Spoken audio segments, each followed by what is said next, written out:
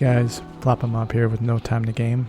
Just wanted to kind of get my thoughts out there on what I feel the gaming industry is, especially with live service games. There's this negative inclination with live service games where 9 out of 10 times you're gonna get pretty much a subpar game, and all these promises of all this future content and how it's like it's gonna be such an amazing experience, and how when you finish the game you're gonna have all this end game stuff you can do or things to expect, and how consistently with a lot of these games, these companies, whether they've been around for a very long time or they are a brand new company, they come out with this game, or they're about to release it, or they release it in early access, whatever. They charge full price, or it's free to play. I feel like most of them just fail because the industry is not really there for live service, or at least I guess the money's not really there for live service. Of course, there's exceptions. Like you have Destiny that's been around for a long time, but Destiny is just it's its own thing, and even now it's starting to falter after I don't even know how long Destiny 2's been out, but it's starting to falter now near the end. And you of course have the successful ones like Fortnite and Battle Royale games that are free to play, or most free to play games kind of for the most part are still around. But it's the market of live service that I think is the one that's struggling the most, and also the one that I feel like as a gamer and most gamers out there, we just don't kind of agree with, is the paid live service games. Biggest example is, of course, Suicide Squad just came out, and this is Rocksteady. I grew up playing the Arkham games. I think Arkham Knight was the last one that was out, and I remember finishing that game and loving that game all the way through. And I'm not even gonna bother to buy Suicide Squad because I can watch other YouTubers like Angry Joe or anybody else, and I can see how they're playing it, and the entire time they have this face of I can't believe this is the game. And other people talking about how it has fun gameplay, but the rest of the experience is just boggled down from all this live service stuff. And you had to pay $70 for that.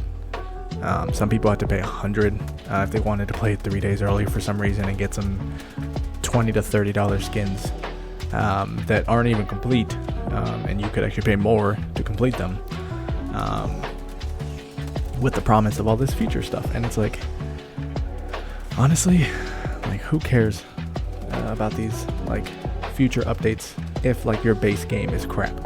If your experience with these games is essentially oh well, that was alright, or that's not really that great, or the story was weak, or you're just the actual experience is just not worth it. And yet these games keep coming out, and they honestly, I feel like they keep failing. Occasionally you get a successful one, as you can see, I'm playing Helldivers here, and Helldivers 2 is definitely a live service game that is that has some of problems. And of course, they have monetization, and they're trying to get you to spend money and continue spending money potentially. But when you're playing that game, it's the meat of the game, right, which is always the most important part, is great. And it seems like the amount of content you're starting with is enough to stay fresh and fun for a while. And hopefully the updates, of course, again, this is another problem with live service, is that the updates don't always continue to come out at a fast enough pace. But at the same time, if the game there is already enough and is already essentially just has enough going on that you can hold off from some of those updates. Unfortunately, they have a bunch of network issues, and we're not even talking about that right now because I am working on first impressions and then a review later on. But essentially, there are exceptions, and I feel like Helldivers might be one, but we'll see. Destiny is, of course, one that is an exception, because that's they charge full, they even charge more for expansions, and it's still around, and people still play it.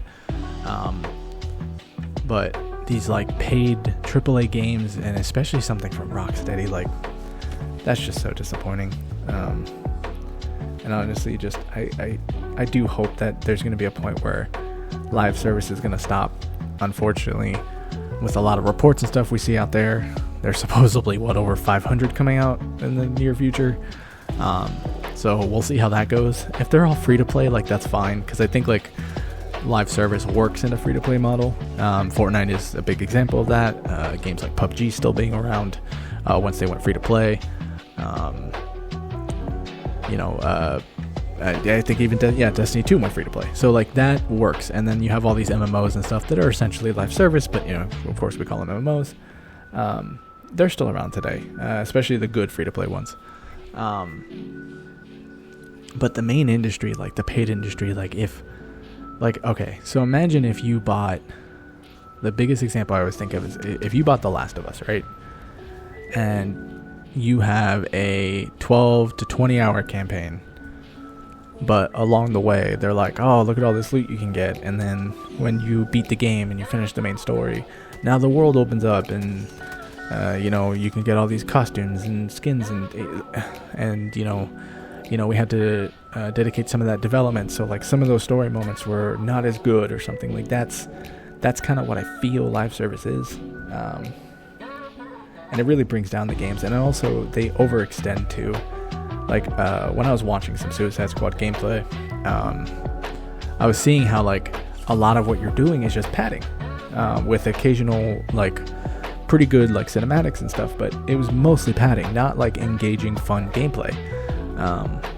And that's systematically just like a problem with live service in general. I actually didn't mean for this rant to be all just live service, but like it really just feels like quantity over quality with live service. And even then, sometimes it's not even both. Sometimes it's like a lack of quality, a lack of quantity of what to do, and then future promises, but these games are still asking you for $70, $60, $100, $40, $50, and then the goal is to keep getting you to spend more, because they're like, oh, you remember how like 10 years ago you could buy this one game?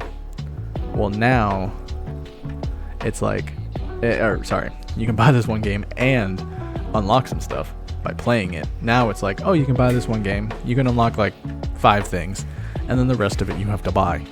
And it's like, okay, well, that's great, but I grew up where everything I played and unlocked was all within the game. And with that, like, it just, I don't know, it felt fair, it felt right, it felt like it just made sense. Yeah, so pretty much, I don't know if you can tell, I'm not the biggest fan of the gaming industry right now. There are some good games though, and of course they should be praised when they come out. But this rant pretty much just came from like the fear of like, what if in 10 years games are just like you need to just enter your wallet, and then that's all you do. You just enter your wallet, and then everything you want to do has to be paid, instead of them developing the game, or they do develop the game, but none of it's free, and you still have to pay to get in or something. I don't know. Hopefully everything improves. Hopefully these live service games keep failing, at least the bad ones, so that there's not so many continuing to come out, or they just stop in general. Pretty much that's about it with the rant. I'm enjoying Helldivers 2 right now. Definitely a first impression coming soon, and then I'm going to work on a review of it after.